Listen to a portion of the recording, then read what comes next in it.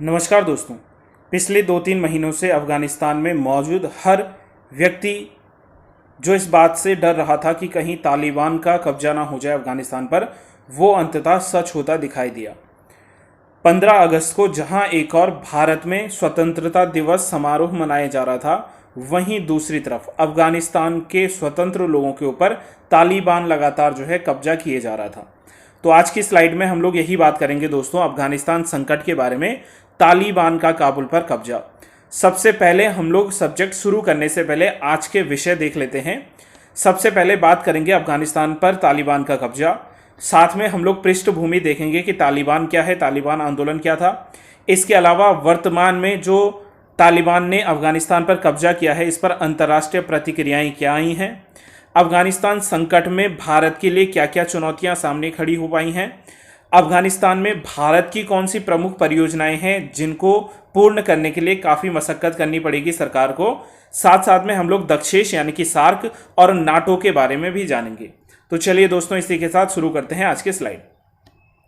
सबसे पहले बात कर लेते हैं अफ़गानिस्तान संकट पर। जो करंट न्यूज़ चल रहा है कि 15 अगस्त 2021 को जहां एक और स्वतंत्रता दिवस में समारोह में या स्वतंत्रता दिवस सेलिब्रेट करने में भारत लीन था, वहीं दूसरी तरफ तालिबान के द्वारा अफगानिस्तान की राजधानी काबुल पर अपना नियंत्रण कर लिया गया है तथा अफगानिस्तान ने जो राष्ट्रपति भवन है अफगानिस्तान का, उस पर तालिबान ने कब्जा कर लिया है। हालांकि इससे पहले भी 14 अगस्त को तालिबान ने अफगानिस्तान के कई ऐसे उत्तरी भाग थे जिनमें सबसे प्रमुख शहर था मजार ए शरीफ, इस पर क्या कर दिया था, अपना कब्जा कर लिया था। और साथ साथ में काबुल से 70 किलोमीटर की दूरी पर जो पुल ए आलम नामक जगह है, यहां पर भी अपना कब्जा कर लिया था। हालांकि इसी बीच तालिबान के द्वारा ये भी घोषणा की गई है कि किसी के भी साथ हम लोग हिंसा का व्यवहार नहीं करेंगे और शांतिपूर्ण ट्रांजिशन प्रक्रिया के माध्यम से जो अफगानिस्तान है इसमें हम लोग इस्लामिक व्यवस्था को कायम रखेंगे। किंतु इसके बावजूद भी अफगानिस्तान के इस संकट के दौर में विश्व भर के सभी ऐसे देश हैं जिनके द्वारा अफगानिस्तान में जो उनके लोग हैं, जो भी वहां पर उनकी एम्बेसीज थी, जितने भी वहां पर काम करने वाले लोग थे, उन सबको अपने अपने देश वापस बुलाया जा रहा है, जिसमें भारत सरकार के द्वारा भी अहम कदम उठाया गया है। दूसरी तरफ बात करें दोस्तों, तो अफगानिस्तान के जो राष्ट्रपति हैं अशरफ गनी थे, अब तो थे कहेंगे दोस्तों, अशरफ गनी, इन्होंने देश छोड़ लिया है और देश छोड़कर ओमान की तरफ भाग गए हैं।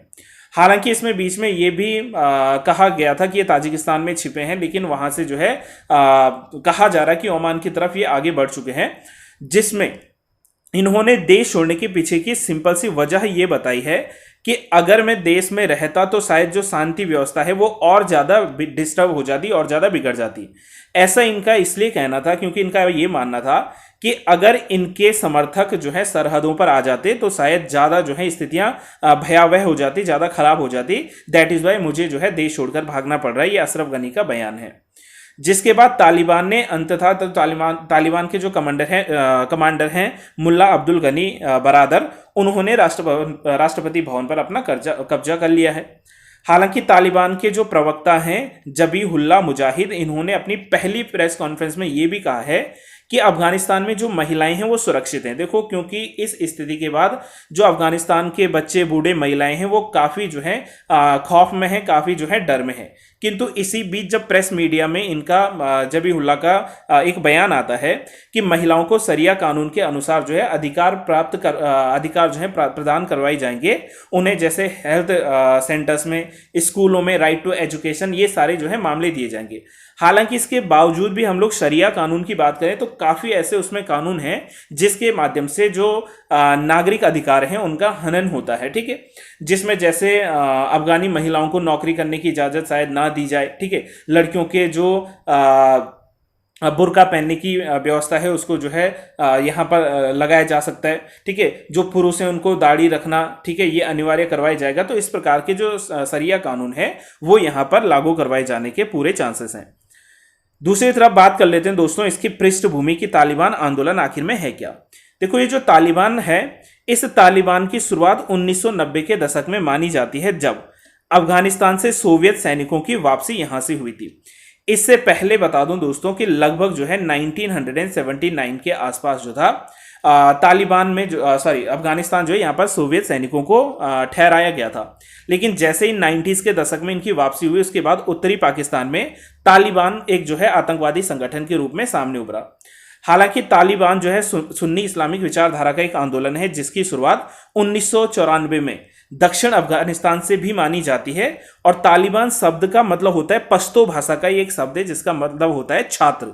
यानी कि तालिबान ऐसे छात्रों का एक संगठन है कि जो कि इस्लामिक विचारधारा पर यकीन करता है और इस्लामिक जो कट्टरपंथी आंदोलन, राजनीतिक आंदोलन है, उसके रूप में कार्य करता है। वर्ष 1996 में तालिबान ने पहली बार अफगानिस्तान के ज्यादातर हिस्सों पर कब्जा किया था। काबुल पर भी इनका अधिकार हो गया था। ऐसा नहीं है कि इस बार पहली बार जो है इस प्रकार का हुआ है, लेकिन इससे पहले 1996 में हो चुका था। किंतु 2001 में जब अफगानिस्तान युद्ध चला था तो इस युद्ध के बाद तालिबान जो है वो निष्क्रिय हो गया था। तालिबान की जड़ें यहां से उखाड़ फेंकी गई थी। इसी बीच दोस्तों एक एग्जाम फैक्ट समझ लेते हैं, एग्जाम पॉइंट ऑफ व्यू से काफी इंपॉर्टेंट होता है। हिस्ट्री का ये सवाल है कि वर्ष 2001 में ही तालिबान के द्वारा मध्य अफगानिस्तान के बामियान नामक स्थान में बामियान बुद्धा जो थे, इनकी प्रतिमा को डिस्ट्रॉय किया गया था। अब बात कर लेते हैं कि अफगानिस्तान से किस प्रकार से तालिबानों को हटाया गया था। जैसा कि विदित है दोस्तों, 9/11 की जो घटना थी, यानी कि 11 सितंबर 2001 को जो न्यूयॉर्क में वर्ल्ड ट्रेड सेंटर था, जब इस पर हमला किया गया था अलकायदा के द्वारा, और अलकायदा के जो इस समय लीडर थे ओसामा बिन लादेन, ओबामा मत कहिएगा आप लोग भी, ओसामा बिन लादेन जो थे, इनके द्वारा शरण लिया गया था कि तालिबान में। जिसके बाद अक्टूबर 2001 में अमेरिका ने अपनी सेना भेजी नाटो के सहयोग से, जिसका नाम था ऑपरेशन एंड्योरिंग फ्रीडम। और अफगानिस्तान में सेना भेजकर दिसंबर 2001 में तालिबान का जो शासन था इसको अफगानिस्तान में समाप्त कर दिया था। जिसके बाद आप लोग जानते होंगे कि 2004 में वहां पर राष्ट्रपति चुनाव भी हुए थे। किंतु आज 20 साल बाद तालिबान का फिर से अफगानिस्तान पर कब्जा हो गया है। इससे पहले 14 अप्रैल 2021 को अमेरिकी राष्ट्रपति जो बाइडेन जो नए राष्ट्रपति बने थे, इन्होंने 11 सितंबर 2021 से पहले अपनी सेना की वापसी का ऐलान किया था। जिसके बाद से ही तालिबान लगातार अफगानिस्तान के अधिकतर क्षेत्रों पर अपना कब्जा कर रहा था और इस प्रकार की घटनाएं लगातार सामने आ रही थी। अब इसी बीच अगर हम लोग बात करें अंतर्राष्ट्रीय परिदृश्य की या अंतर्राष्ट्रीय प्रक्रियाएं क्या थी, तो जहां एक और जो चीन है, पाकिस्तान है, रूस, टर्की है, इन्होंने तालिबान को जो है समर्थन देने का, या तालिबान की जो सरकार है अफगानिस्तान में उसको समर्थन देने का जो है निश्चित किया है। और वहीं दूसरी ओर ब्रिटेन हो गए, ब्रिटेन के द्वारा जो है इसमें इसके खिलाफ जो है कार्रवाई की गई है। यानी कि ब्रिटेन ने कहा है कि हम इस प्रकार से तालिबान जो है सरकार का साथ नहीं देंगे। वहीं दूसरी ओर जो यूनाइटेड नेशन है, यानी कि यूनाइटेड नेशन की जो सिक्योरिटी काउंसिल है यूएनएससी, इस यूनाइटेड नेशन की राष्ट्र सुरक्षा परिषद ने आपातकालीन बैठक बुला दी है, जिसमें जो यूएन के महासचिव हैं एंटोनियो गुटेरस, इन्होंने तालिबान में शांति बनाए रखने की अपील की और साथ साथ में बैठक का आयोजन भी करवाया है। तो लगातार जो है अलग अलग देशों की अलग अलग सरकारें जो हैं, कोई इसके समर्थन में है तो कोई इसके विरोध में है। ब्रिटेन, जर्मनी जो है इसके विरोध में है, तो वहीं दूसरी ओर पाकिस्तान, रशिया, तुर्की, चाइना जो है इसके समर्थन में भी दिखते हुए नजर आ रहे हैं। दूसरी ओर बात कर लेते हैं दोस्तों अफगानिस्तान संकट का, तथा भारत की जो चुनौतियां हैं, भारत को क्या चुनौतियां मिलने वाली हैं इस संकट के दौरान। अफगानिस्तान के बिगड़ते हालात को देखकर पहला प्रश्न तो यही उठता है दोस्तों कि क्या भारतीयों के द्वारा अफगानिस्तान में चल रही जो परियोजनाएं हैं उसका परिणाम क्या होगा। तो जहां एक और अमेरिका, ब्रिटेन, रूस, चीन आदि देश जो है इस बात को लेकर चिंतित दिखाई दे रहे हैं कि उनकी परियोजनाओं का आखिर वहां पर होगा क्या। वहीं दूसरी ओर तालिबान ने अभी हाल ही में ये भी कहा था कि भारत जो है अफगानिस्तान में अपने प्रोजेक्ट्स को पूरा कर सकता है। मतलब इन्होंने भारत के द्वारा किए गए जो कार्य हैं, जो प्रोजेक्ट्स हैं, उनकी सराहना की थी। हालांकि तालिबान ने भारत को ये भी चुनौती दी थी कि आप किसी भी प्रकार की सैन्य कार्रवाई ना करें, वरना इसका जो है आपको अंजाम भुगतना पड़ सकता है। इस प्रकार के भी इन्होंने बीच में अपने स्टेटमेंट दिए थे तालिबान ने। किंतु एक रिपोर्ट के अनुसार ये भी बताया जा रहा है कि भारत ने अफगानिस्तान में लगभग 400 से भी अधिक विकास परियोजनाओं पर लगभग $3 अरब का निवेश किया है। तो अब ये परियोजनाएं किस प्रकार से पूर्ण होंगी, वो जो है एक चुनौती भारत के सामने है। कुछ प्रमुख परियोजनाएं की बात करें दोस्तों, तो सबसे पहला आता है सहतूत बांध परियोजना, जिसे लालंदर बांध परियोजना भी कहते हैं। फरवरी 2021 में प्रधानमंत्री नरेंद्र मोदी और अफगानिस्तान के राष्ट्रपति अशरफ गनी ने इस समझौते पर हस्ताक्षर किए थे और इसी परियोजना के तहत लगभग 29 करोड़ यूएस डॉलर का जो ये लागत वाली जो परियोजना थी, इससे लगभग 20 लाख लोगों को स्वच्छ जल उपलब्ध कराने का उद्देश्य रखा गया था। दूसरी परियोजना है सलमा बांध परियोजना, जिसे मैत्री बांध परियोजना भी कहते हैं, जिसका उद्घाटन नरेंद्र मोदी ने जून 2016 में किया था। वहीं 2017 में नई दिल्ली के साथ जो है काबुल और कंधार के बीच में जो एयर कार्गो कॉरिडोर था उसको जोड़ने की बात की गई थी। चाबाहार बंदरगाह परियोजना, हालांकि चाबाहार बंदरगाह परियोजना जो है वो ईरान के साथ है, ईरान में स्थित एक पोर्ट चाबाहार, लेकिन इसमें भारत, ईरान और अफगानिस्तान के बीच में एक त्रिपक्षीय क्या है समझौता है, जिसके तहत जो है चाबाहार बंदरगाह जो है इसके उपयोग पर सहमति व्यक्त की गई और ये जो है 2016 में शुरू हुआ था। वहीं भारत के द्वारा मज़ार शरीफ में एक पॉलिटेक्निक कॉलेज का भी निर्माण किया गया है। भारत और अफगानिस्तान दोनों ही जो है सार्क के सदस्य हैं, जिसे दक्षेश हिंदी में कहते हैं, यानी कि दक्षिण एशियाई क्षेत्रीय सहयोग संगठन, इसके सदस्य हैं।